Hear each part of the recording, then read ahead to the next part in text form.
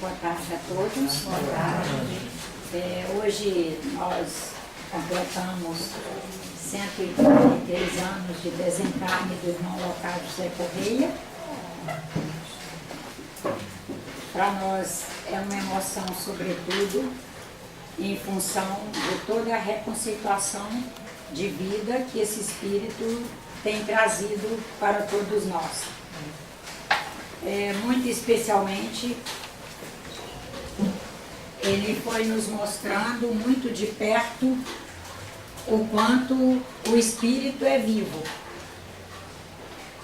Quem sabe, quando conheci o centro filiado à Sociedade Brasileira de Estudos Espíritas, pessoalmente eu vinha numa crise da seguinte forma: eu sabia que o espiritismo era a minha religião, eu sabia desde muito cedo que era o que eu queria, eu sabia que o centro espírita era meu lugar, mas eu me debatia de porta em porta.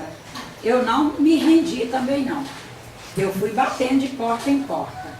Eu cochilava em umas palestras, eu relutava com os conceitos que eram trazidos em outras, eu discutia em outras, não em público, mas chamava a pessoa depois.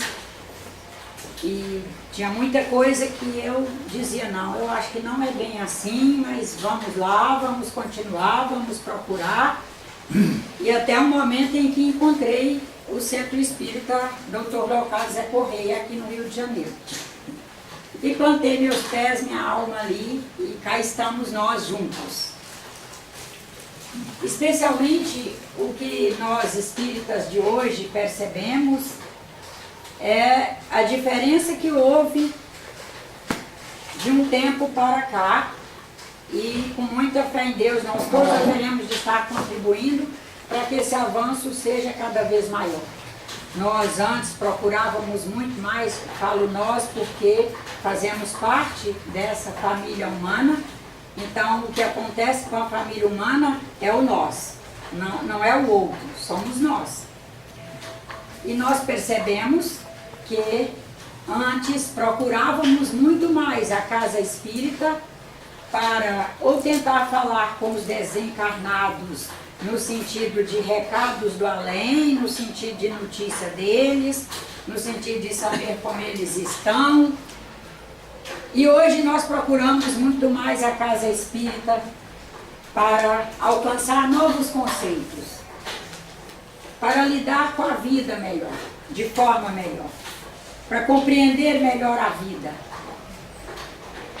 Antes desses espíritos iluminados e esforçados trabalharem melhor o espiritismo conosco, nós dividíamos a vida. Então tinha uma coisa de outras vidas, de buscar outras vidas, notícia de outras vidas. O que é que eu fiz em outras vidas?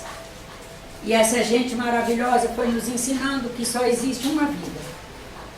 Que a vida é uma.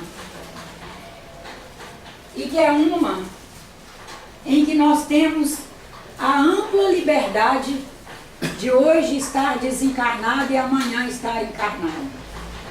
No nosso caso é o contrário, hoje estamos encarnados e amanhã estaremos desencarnados, mas a vida é a mesma.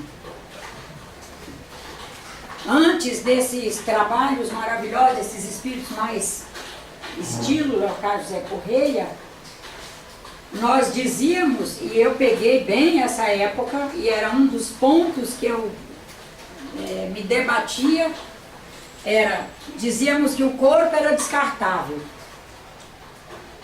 Que aqui encarnados nós tínhamos um corpo descartável. Mas como que um patrimônio divino pode ser descartável? Eles foram nos mostrando que nós somos capazes de, na iluminação que já constituímos em nós,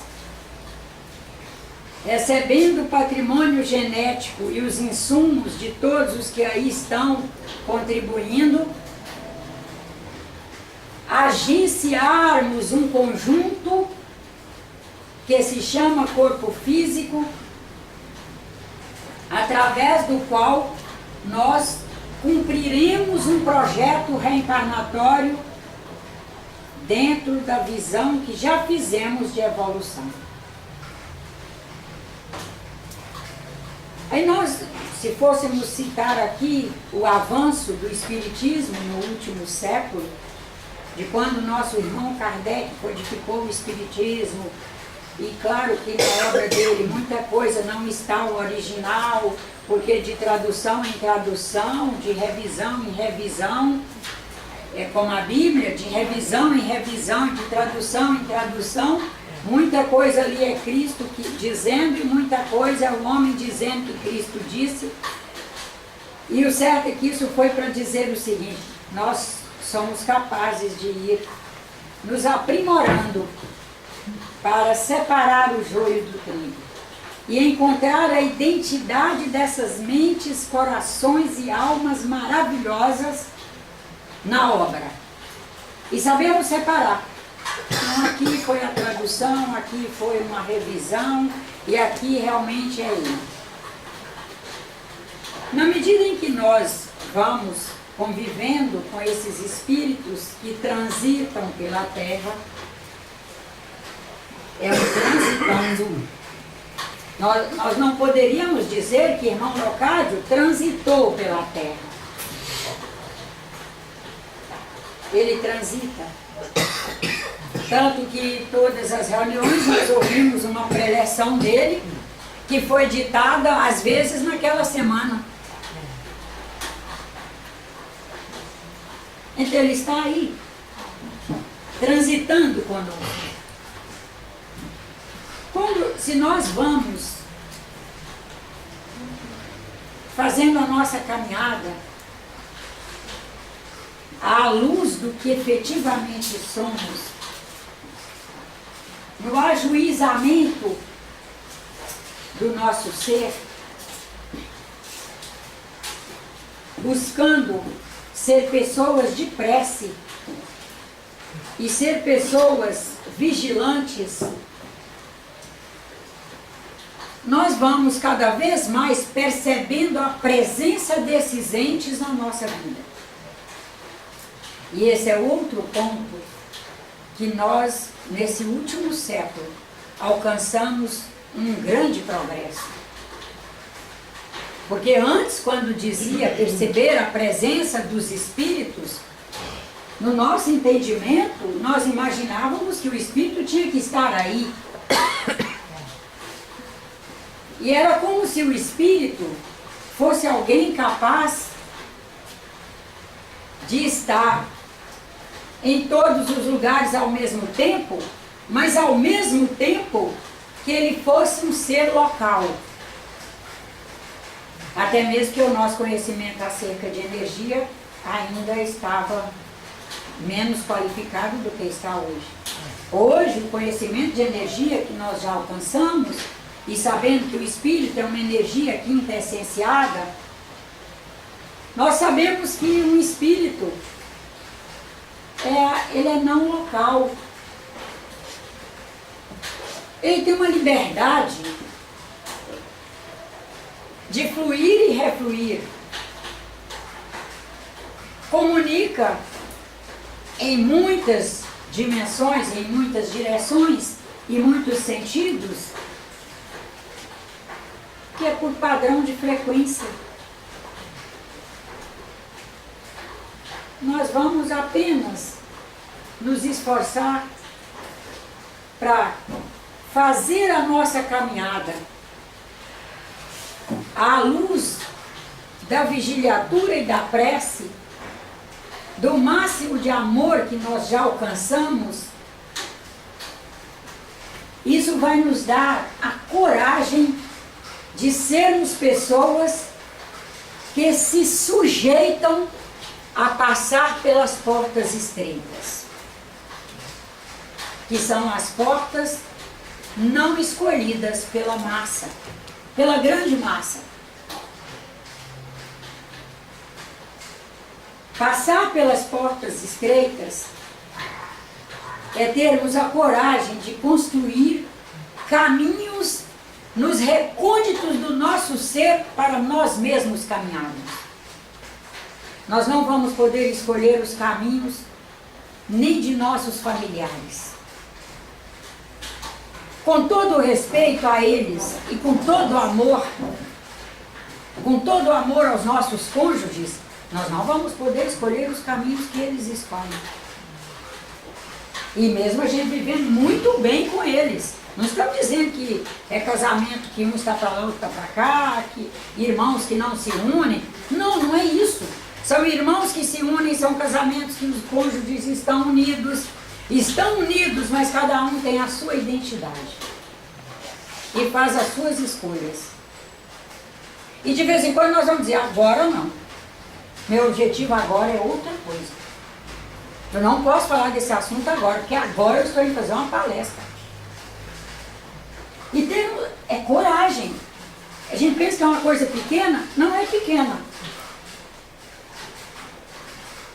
Porque ela está ali no cotidiano. Ela está, quem sabe às vezes, turvando o nosso cotidiano, iluminando a nossa alma. E é um processo de turvação que vai se resolver quando nós temos efetiva coragem de sermos fiéis. Esses espíritos que transitam pela terra e se tornam ícones no sentido do bem, ao lermos suas biografias, nós percebemos que eles trazem, em especial, uma capacidade de se esforçar por assumir o bem como compromisso, o bem como causa, o bem como dever e o bem como desdobramento. E eles passam a abrir seus caminhos através de novas linguagens, posicionamentos, renúncia, a bondade e assim vai. E os valores morais vão iluminando-os e ao mesmo tempo que iluminam, vão sendo as estruturas através das quais eles sobem suas montanhas. E o mais maravilhoso é saber que nós somos partícipes do mesmo cosmos que essas criaturas são. Criados igualmente. E mais maravilhoso ainda, todos estamos sob uma lei geral que se chama interação, que é ampla, geral e restrita, onde todos interagem com absolutamente todos. Não há nada que nos prive de interagir com essas criaturas. O nosso grande trunfo vai ser conseguir abrir em nós caminhos que nos permitam sintonia com eles. Que a sintonia depende de nós. Ela não vem pronta. Deus nos permitiu a interação, está prontinha aí. Para todos. Não há nenhum padrão que esteja privado de interagir com todos. De interagir com tudo. Lá a subpartícula atômica já produz frequências com as quais elas se interagem com todos. E na interação comunicam.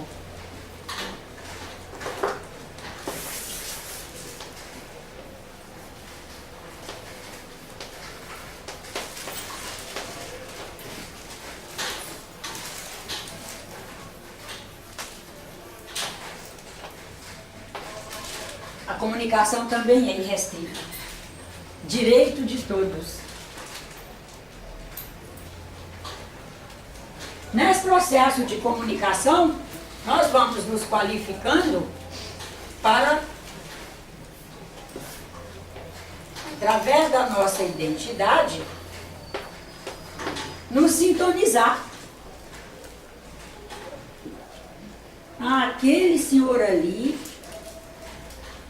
ele interage com a Nájila, mas ele é uma pessoa extremamente humilde e ela não é.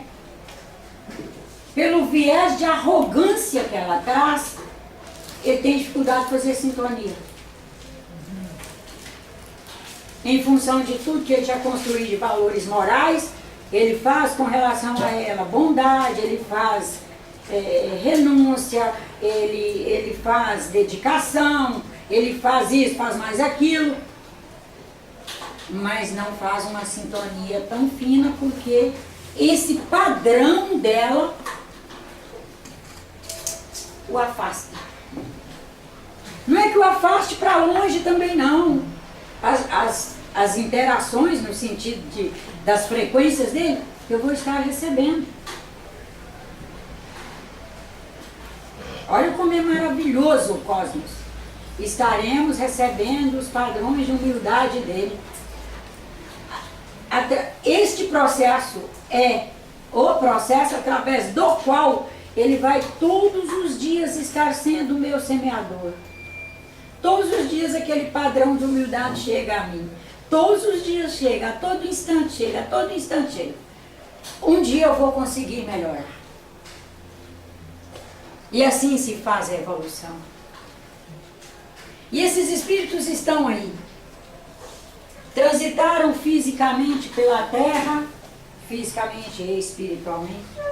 Transitam agora espiritualmente pela Terra. Nos trazem todos os dias sementes. Nos semeiam. E não só semeiam, continuam se comunicando conosco, nos permitindo alcançar condições de ir fazendo uma sintonia, e depois uma sintonia tão fina que se chama ressonância.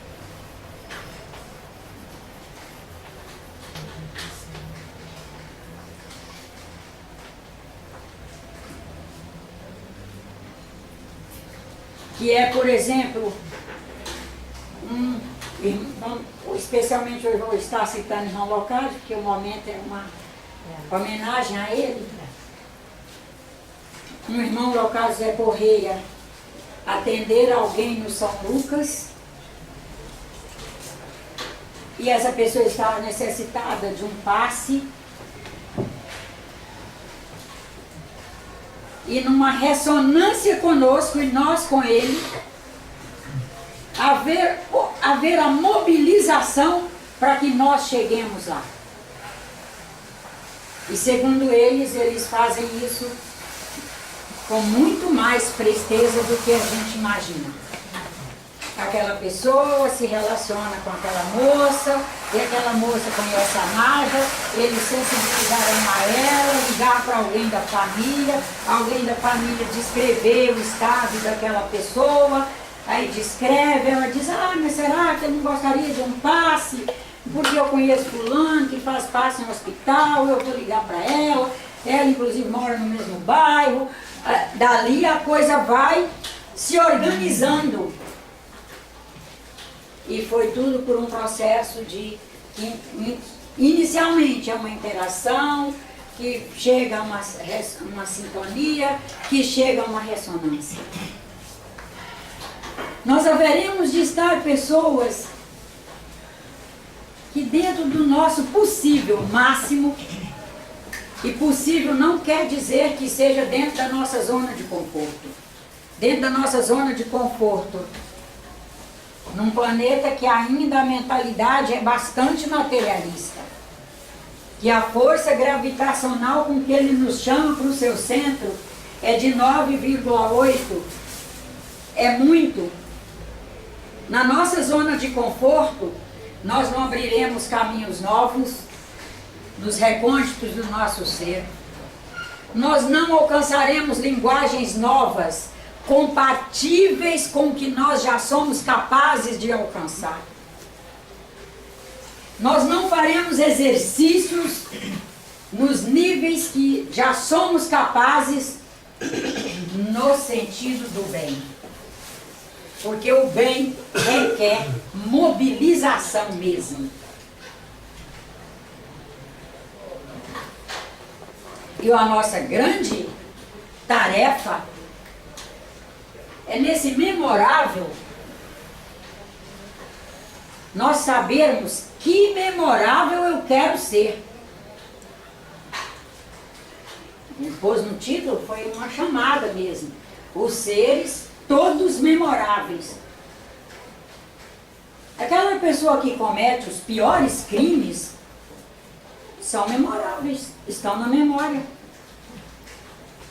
Queremos ser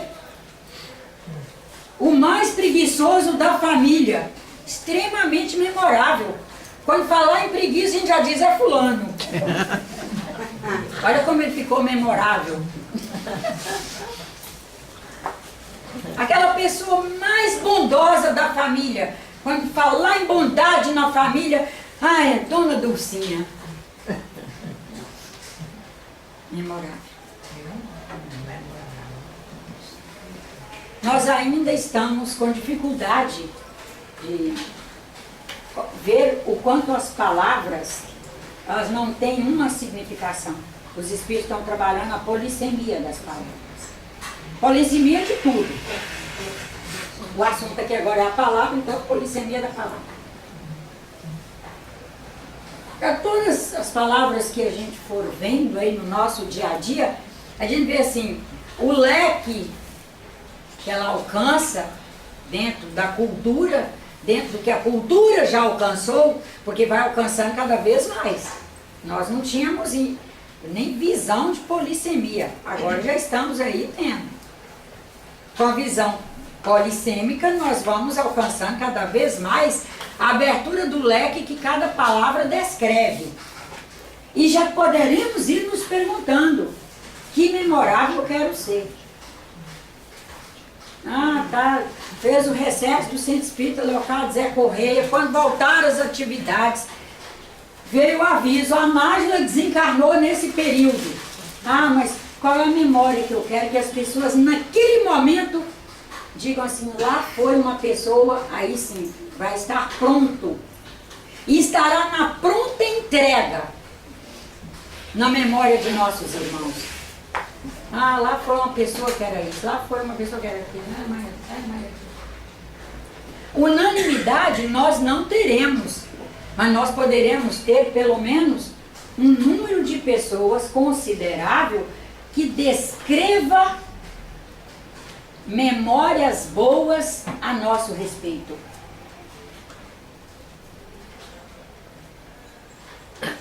Porque aí nós teremos tido um saldo positivo no sentido de produtividade evolucionária.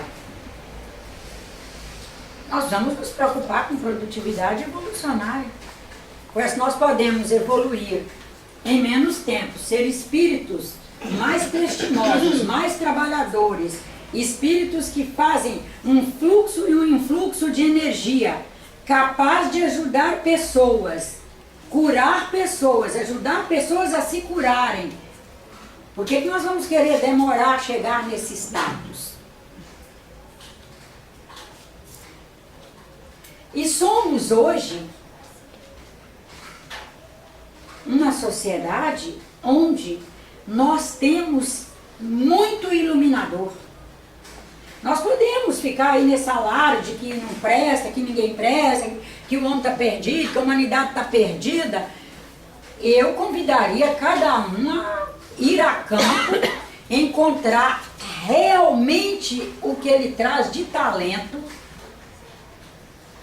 se esforçar por trabalhar dentro do seu talento, ser um fiel trabalhador e voltar um tempo depois e me dizer se ele não encontrou pessoas memoráveis no bem naquela área, inclusive para ajudá-lo a criar condições para o trabalho dele. Não é só ajudar a trabalhar, que já está pronto, não. Ajudar a criar condições. Encontraremos professores, orientadores, trabalhadores, funcionários, vizinhos, o vendedor da rua, lá da porta do nosso lugar de trabalho. Nós encontraremos. Mas precisamos estar vocacionados a encontrar nossos talentos, nos permitir querer ser ceareiros do bem dentro do talento que já alcançamos e teremos espíritos maravilhosos trabalhando conosco, encarnados e desencarnados, e perceberemos o quanto somos ajudados.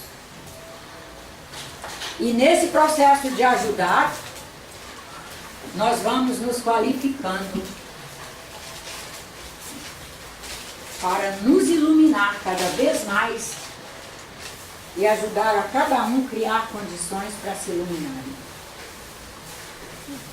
Esses espíritos que estão aí interagindo conosco com uma capacitação enorme na prestação de serviços, com uma prontidão enorme para a prestação de serviços. Deus, que é a espiritualidade máxima, com toda a sua capacidade de produção, paradoxalmente dependem de nós. Olha como é paradoxal a Bíblia. Como é que Deus se expressa? Através de cada um de nós, através de cada ente da natureza. Deus não vai aparecer aqui, eu estou aqui, olha aqui para mim, ó, eu sou Deus. Não, é através de cada ente da natureza. Esses espíritos, como o irmão Locádio, o irmão Bezerra, a irmã Joana de Anjos, o irmão Antônio Lima, a irmã Marina Fidelis, são ativamente operantes e ativamente dependentes das mãos físicas de cada um de nós, de um ectoplasma de qualidade de cada um de nós. Imagina atender centro cirúrgico, recolher ectoplasma de nós, quem sabe num raio de não sei quantos 1000 metros quadrados, essa senhora seja a única que produz um ectoplasma X alfa gama,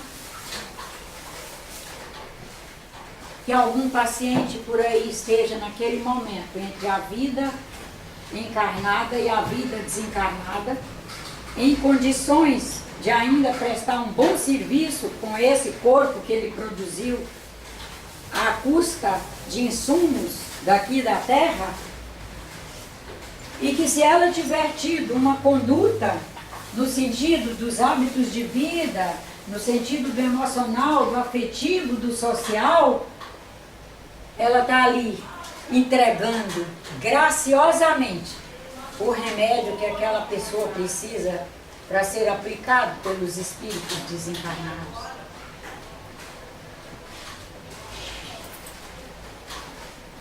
E ela nem sabe, mas ela já sabe de uma coisa. Ela pode ter um arcabouço filosófico religioso de uma linha que nem aceita falar de espírito, que nem aceita falar de ectoplasma, que não acredita nessas transmutações nenhumas. Mas uma coisa ela já sabe que o ser precisa ser ético. Isso ela já sabe. Ela já sabe que aqui na Terra nós precisamos nos alimentar bem.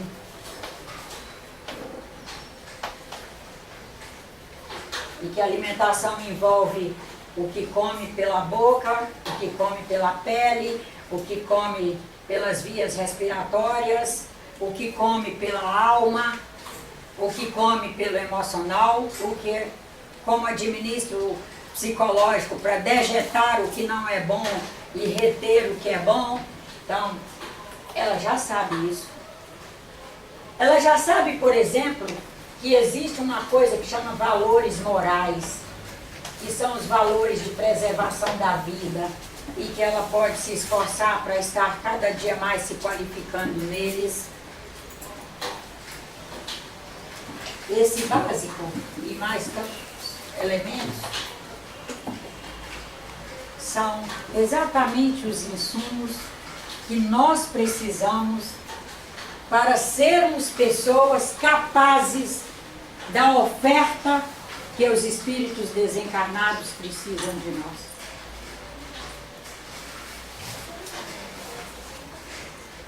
Será que hoje o espírito atualizado, balizado mesmo, ele teria muita preocupação com os menos favorecidos no sentido de desencarnado? Com os menos favorecidos aqui da Terra nós temos que ter. Nós vamos ajudá-los a se administrar para momentos melhores e maiores. Mas vamos pensar em espírito desencarnado. Ou nós já somos capazes de acreditar que equipes espirituais qualificadas atendem, acolhem, orientam, reorientam e instruem os desencarnados de forma muito mais qualificada do que nós, encarnados. E que o que eles precisam de nós, receber de nós insumos para oferecer a todos. Insumos que eles possam aplicar, eu já te dou a coisa. Insumos que eles possam aplicar nos recém-desencarnados que ainda trazem perispiriticamente algumas necessidades ligadas à terra, ligadas às sensações. Não é que eles precisem de água, mas eles ainda trazem sensações como se fosse sede. E precisa de elementos ligados à terra, nossas formas ectoplasmáticas, para compor elementos que possam ofertar aquele, até que ele se reequilibre e realmente se identifique como desencarnado. Um outro que traz, por exemplo, angústia e que perispiriticamente ele ainda tem algumas necessidades de reequilíbrio e que precisam recolhimento de elementos, de padrões nossos, inclusive em função de viés e de frequência. Aí quando nós vamos pensando no trabalho maravilhoso desses espíritos, que quando encarnados aqui já eram iluminados para o bem e todos os dias se colocavam a serviço do bem e que continuam fazendo essa mesma caminhada desencarnados, nós começamos a ser pessoas que buscamos mais e mais sermos fiéis prestadores de serviço em qualquer nível. Prestação de serviço físico, prestação de serviço emocional, prestação de serviço afetivo, prestação de serviço espiritual. E vamos colaborando com essas pessoas maravilhosas que estão aí, desencarnadas, com um poder de síntese enorme. Basta a gente ouvir as preleções deles que a gente percebe isso. Um poder de acolher, um poder de nos chacoalhar, de nos chamar a atenção, nos chamar à responsabilidade, mas com toda essa autonomia nesse exercício do bem, eles dependem de elementos que nós estamos aqui em condições de produzir. Que sejamos, portanto, pessoas capazes de ofertar o nosso melhor para os encarnados e desencarnados. Pois não, irmão? A senhora está falando dos espíritos que são encarregados de manter a ordem doutrinária, né? Não só a doutrinária, de manter a ordem cósmica na sua melhor instância. É porque os irmãos que estão quedados na atmosfera fluídica da Terra em estado perturbativo, eles precisam desses irmãos para doutrinar eles, para não deixar estacionar, né? Segundo os espíritos, até essa coisa de não deixar estacionar, a gente não precisa preocupar, porque como a evolução é lei, e as leis cósmicas, elas se auto-atualizam, se autorregulam e elas autoestruturam naturalmente. São as leis naturais. Exato. A evolução é uma lei natural.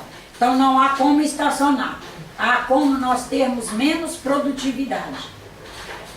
E os espíritos orientadores, a gente percebe pelas preleções, inclusive, pelas obras e tal, que eles estão sempre nos motivando, nos movendo a fazer uma melhor produtividade. Evoluir nós vamos. Por exemplo, a Nájila é preguiçosa. Um dia ela vai sair da preguiça. Mas quanto antes ela sair, melhor para ela, melhor para o cosmos. Porque são padrões de indolência que vão estar a menos sucumbindo projetos bons de irmãos nossos e projetos essenciais à Terra e a outros planetas. Não sei se respondi claro para o senhor. Porque existem ainda muitos irmãos que estão em estado perturbativo depois do desenlace e precisa de um grupo, como o irmão Bezerra de Menezes, ele faz esse trabalho na atmosfera fluídica da Terra. E é isso que a gente disse, essa orientação a esses espíritos recém-desencarnados, que também isso não é um estágio que dura muito tempo, não. Correto. Segundo os orientadores, é um curto estágio, mas é um curto estágio que requer a atenção e o trabalho dos espíritos orientadores. Eles são equipes especializadas, eles são eficientes, mas para alguns atendimentos, eles necessitam de fluidos nossos. E nós somos capazes dessa produção, porque ela é uma produção natural. Agora, eu tenho que tornar natural em mim hábitos que corroboram para essa produção. Porque, por exemplo, eu posso estar aqui e à custa dos senhores todos os dias eu ter condições, primeiro, cognocionais, para aprender assuntos novos, estudar, aprender assuntos novos, apreender conteúdos, colocá-los em marcha, fazer deles ação no cotidiano, para que possa os espíritos ajudar pessoas que naquele viés que eu já produzo pelo menos um raiozinho de luz, aquela pessoa poder recolher aquela iluminação, combinar com o seu acervo e construir um momento novo na vida dele.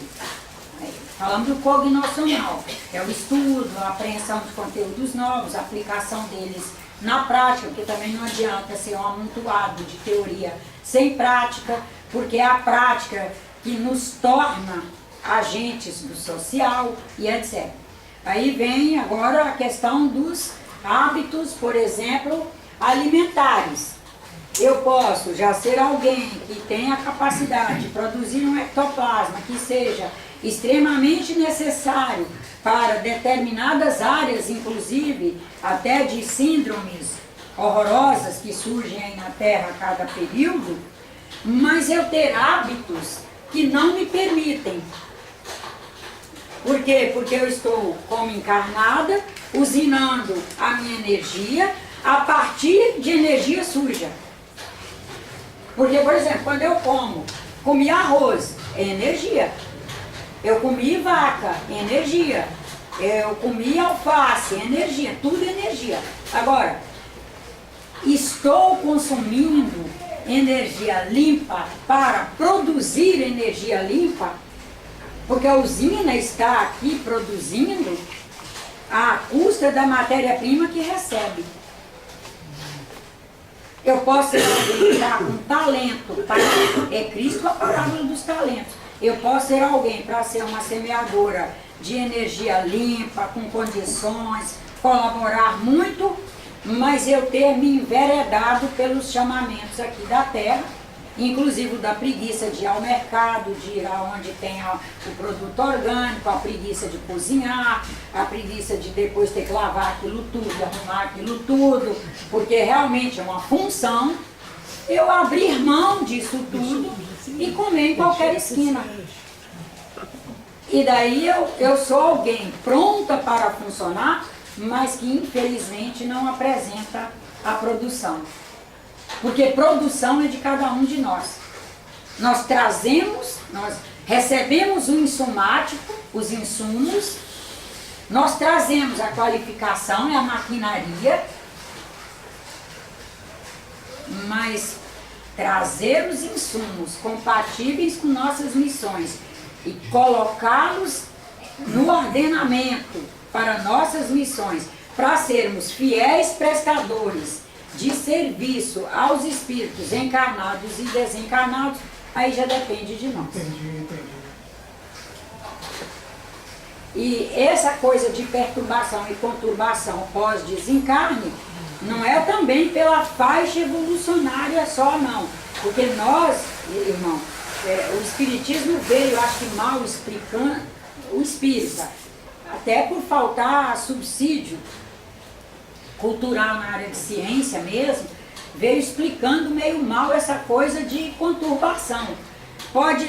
Os espíritos menos evoluídos, não quer dizer que eles sejam nem maus, nem em crise e nem que desencarnem e fiquem conturbados. Agora vamos dizer que a Nájila suba num salto, diga que até é evoluída e tal, mas os comportamentos e as produções não são compatíveis com o que ela tem condições de ser.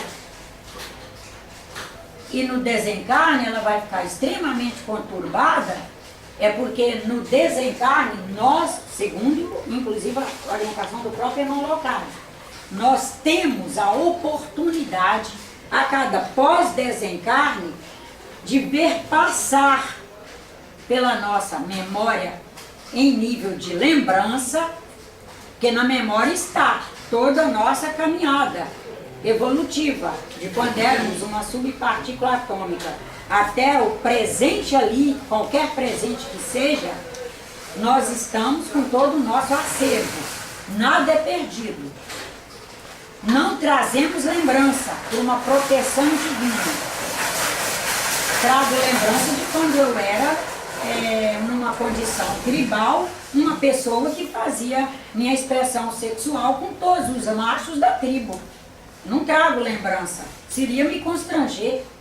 Não trago lembrança de encarnações eu muito mais tosca, agredindo pessoas, descendo o tapa em pessoas. Não trago lembrança. Proteção divina. Segundo os orientadores, quando desencarnamos, a cada pós-desencarne, nós temos a oportunidade de ver passar pela nossa lembrança tudo que tínhamos de, primeiro, o que era o nosso projeto reencarnatório, que fizemos de projeto, as orientações que tivemos, as instruções que tivemos, passa pela memória o período de engravidamento, o nascimento, e ali vão passando todas as nossas, em nível de lembrança, tudo que foi acontecendo, as possibilidades que tivemos de fazer e não fazer, seja lá o que for, e nós às vezes ficamos extremamente conturbados, e a gente não pode confundir com perturbação. Perturbação é quando somam elementos que vêm de fora, a conturbação é interna. Aí nós temos momentos de conturbação, porque é duro se dar conta de que tive um bom companheiro, mas fui extremamente perversa, não deixei nem ele expressar o bem. Tive um pai com toda uma doença psiquiátrica, mas ele era exatamente para me estimular à bondade, ao amor, ao atendimento, a ser uma assistente social melhor depois, mas eu usei isso como muleta para dizer que sou infeliz, que sou prejudicada e que sou cheia de traumas, e através desse discurso eu fazer o mal com as pessoas e não fazer o bem que eu posso, porque estou sempre capengando no trauma, vai passar pela memória, por exemplo, pessoas que eu fui encontrando, pela memória, não, desculpa, pela lembrança, pessoas que eu fui encontrando que eram verdadeiras estruturadoras para momentos maiores, mas que eu até rejeitei e as afastei do meu caminho para eu continuar resvalando aí a flor das águas, como disse o nosso poeta. A conturbação em função disso. Também é. Não é de não ser evoluído. Porque imagina, por exemplo, sou muito menos evoluída do que, vamos dizer, irmão Leocádio Zé Correia. Em função de ser menos evoluída com ele, eu vou desencarnar e vou ficar conturbada? Eu estaria contra o princípio cristão, inclusive, de que os sãos não precisam dos médicos. Foi como a senhora falou. O outro que é muito menos evoluído do que Jesus Cristo. Jesus Cristo está lá bem assentado não é sentado, não. Assentado em si, com todos os seus níveis, bem assentados em si, na sua caminhada. E aí um outro que não traz essa evolução toda, estaria sem assentamento porque ainda não evoluiu, aí Deus não seria Deus. O que os espíritos orientadores hoje nos convidam é a saber que em cada estágio evolucionário que nós estivermos, nós temos condições de fazer os nossos equilíbrios e temos condições de desencarnar em paz. Em paz. Com o que somos, com o que fizemos, com o que fazemos. E estaríamos prestando o nosso serviço. No estágio evolucionário que estamos. Essa é uma grande pedagoga. Eu não tenho condições de fazer o bom trabalho que ela faz como pedagoga, mas eu tenho condições de limpar bem a casa dela para que ela possa desempenhar bem o trabalho de pedagoga dela. Vou desencarnar extremamente em paz, feliz. E ela vai desencarnar em paz, feliz, fez um bom trabalho de pedagoga dela. Não é menos evolução, porque a gente passou a ser cruel com os menos evoluídos, sabia? E o espírito é o que mais é cruel. A religião mais cruel com os menos evoluídos, estou falando de religiões cristãs para valer, não estou falando de quem fica gritando Cristo no púlpito, mas não é cristão. Dentre as religiões cristãs, sérias, o mais cruel com os menos evoluídos é o espírita. E nós temos que abrir o olho e sair dessa plataforma. Nós passamos a afirmar que o menos evoluído, só um minutinho, irmã, está pronto para prejudicar o outro, que o menos evoluído está pronto para ser obsessor do outro, que o menos evoluído está pronto para tirar o outro do seu equilíbrio de fazer o bem. Não é verdade. Isso não é verdade, porque olha aqui, ó, para um espírito conseguir me mobilizar para fazer alguma coisa, eu tenho que estar nesta faixa aqui, ó. Seria a faixa da ressonância. Não é a interação que nos faz ir corredeira abaixo, atrás de qualquer um, não. Se fosse, Jesus Cristo já teria aqui o seu reino estabelecido. Tem? Não tem, não. Porque a gente ainda não faz ressonância com os princípios dele. Buda deixou princípios maravilhosos. Fazemos ressonância com os princípios de Buda? Não. Porque mas isso é falta da visão polissêmica também. Se a interação permitisse que um espírito que sabe menos do que eu, que manipular no bom sentido, usina, vamos usar a palavra usina energias com frequências menos poderosas do que a minha. É apoiado em que princípio que nós estamos dizendo que esse espírito que tem menos alcance em nível de frequência, tem menos capacidade de produção de campo eletromagnético, no sentido de potência, como que nós espíritas afirmamos que esse é capaz de me levar para o lado do mal, se ele produz, ele usina numa capacitação menor que a minha?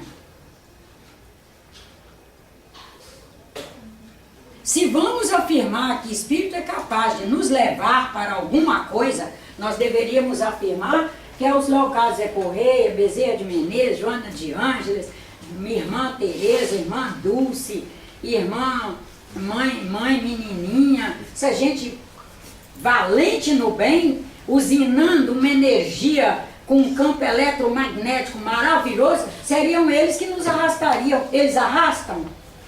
Arrastam? Não. Aí nós vemos que existe uma coisa que chama livre-arbítrio. Não arrastam por isso aqui. Nós temos a nossa liberdade de ser. Mesmo que haja ressonância. Irmão Locádio, no exemplo que foi dado aí, né, localizou a moça que conhece alguém, que mobiliza, aí ela me liga. A moça lá conhece, aí ela me liga, domingo à tarde. Sabe, dona Nádia, meu primo está no São Lucas, está precisando de um passe, eu pensei na senhora, mesmo com essa ressonância toda. E a coisa estando estruturadinha, e eu a poucas quadras, podendo caminhar a pé, em 20 minutos a pé chego lá. Ah, é que hoje minha filha veio almoçar aqui, meu neto, minha filha vai não sei aonde, eu vou cuidar do neto. Eu tenho livre-arbítrio para inventar que um neto não pode ficar com o avô, que eu tenho que ficar ali, junto, dois, para tomar uma criança, 2, 3 anos, porque é livre-arbítrio. Tudo está montado para eu ser o bem naquele momento, fazer o bem, injetar na humanidade uma dinâmica melhorada, porque um movimento desse, imagina qual é o estudo que há com relação, por exemplo, ao bater de asas de uma borboleta na China e o efeito que produz essa energia aqui na Patagônia chilena. Tem estudo. Que é um processo energético que vai avolumando, porque vai encontrando outros pontos, formando uma rede de energia que quando chega lá é capaz de mobilizar, como Cristo disse, mover uma montanha. Que nós estejamos... Ah, você levantou a mão. Não, obrigada, já foi respondido. Ah, foi? Já. Obrigada, desculpe, viu? Nada. Mas é que eu estava assim, engrenadinha, eu gosto de terminar e abrir lá. Nádia, uma coisa que a gente estava muito acostumada a ouvir o espiritismo não contextualizado, eu vi isso em várias casas, quando a pessoa, por algum motivo, não vinha assistir a palestra, não vinha trabalhar, são os espíritos que ficam lá tentando segurar em casa. Como se não existisse livre-arbítrio. Não é a preguiça, não é a desculpa, a culpa é do outro. E nessa crueldade, às vezes a gente inclui coisas que são danosas a nossos irmãos encarnados também. Imagina uma pessoa, vamos falar do encarnado agora, pessoa que está com crises mesmo, ela vem de anos de problemas, às vezes de família, de estudo, de formação, de alocação no mercado de trabalho, de se sentir alocada no que ela traz talento, de encontrar na terra o caminho para se aplicar com seus talentos. São muitas as dificuldades da terra, são muitas. Aí essa pessoa chega na casa espírita, com maior da boa vontade, se arrastando, que ela vem numa história de sofrimento. E nessa história de sofrimento, ela não foi conseguindo reciclar bem. E o processo de sono dela não tem ficado um reciclo que realmente atraga equilíbrio. E aí quando ela chega numa praça como essa, uma assistência de espíritos maravilhosos, encarnados e desencarnados, pessoas buscando se acertar, uma energia boa, um lugar que a ela gera, naquele momento, ela nem se dá ciência disso, mas lá nos recônditos do ser dela, é como se ela dissesse, nossa, encontrei um lugar bom. E daí ela, ao sentar ali, ela relaxa e cochila. Pois nós espíritas tivemos a infeliz ideia de dizer que são os espíritos do mal que não deixam a pessoa ficar acordada. Já disseram isso várias vezes. Tem coisa mais perversa do que essa? Mas nunca acreditei. Já houve caso, experiência vivida mesmo. Assistir o outro falar, um falar para o outro. A pessoa tinha sepultado um filho, estava naquele momento das histórias de inventário, que o filho já era casado, já tinha suas coisas, ela colaborando com a nora lá nos inventários, extremamente exausta, e exausta pela dor, a dor de encarnar, enterrar um filho, ter que tirar tudo da casa, ajudar naqueles trâmites que quem já passou aí sabe que é doído na terra. Chegar à casa espírita e cochilar e as pessoas dizer que é o filho que não está deixando ela assistir a palestra, porque ele está mal, porque ele desencarnou subitamente, ele está mal no polissistema espiritual e que é ele que não está deixando. Além de fazer mal o encarnado, ainda está, no sentido de dizer que está com o obsessor, ainda diz que o filho está mal. Não chega uma dor, não, aumenta. E nós espíritas temos que nos alinhar com esses espíritos, efetivos trabalhadores do bem. Para não cair no misticismo, né? Para não cair no misticismo, porque isso aí é o misticismo que nos faz fazer isso. Imagina, ela quer fazer uma pergunta aqui. Pois não, querida. Esse caso que você está falando, assim, do espiritismo, é falta de informação ou é crueldade do ser? Falta de informação. Falta de informação. Porque a gente vem herdeiro de culturas antigas que diziam que existem forças do mal, que existem forças demoníacas, que elas estão sempre aí prontas para nos atrapalhar, que nós estamos à mercê dessas forças. A gente veio trazendo essa cultura e as pessoas não conseguiram se iluminar através, a propósito do nosso irmão Kardec, é que o espiritismo é ciência, filosofia e religião. A doutrina espírita, ela tem como seus princípios e que nós temos que andar à luz da ciência e da filosofia, que tudo que a ciência for alcançando, nós temos que adotar para nós o que é válido e que se não fizermos essa caminhada em sintonia com a ciência e a filosofia, o problema nunca estará com a ciência nem com a filosofia, estará com o espírita, que ele tem que se alinhar e estudar. Quando a ciência foi alcançando que energia, que cada partícula tem sua identidade, que ela é única, que ela é como partícula, como unidade fundamental, ela é indivisível e ela tem uma liberdade de ser e uma identidade, que essa identidade a permite agir no tempo e no espaço, à luz da energia que ela consegue produzir. Como falta essa clareza, aí ficou fácil expressar a cultura antiga. Nájila, eu só queria complementar dizendo o que eu acho é que não é só falta de informação, mas ela pode ser aliada a uma vaidade do médium, entendeu?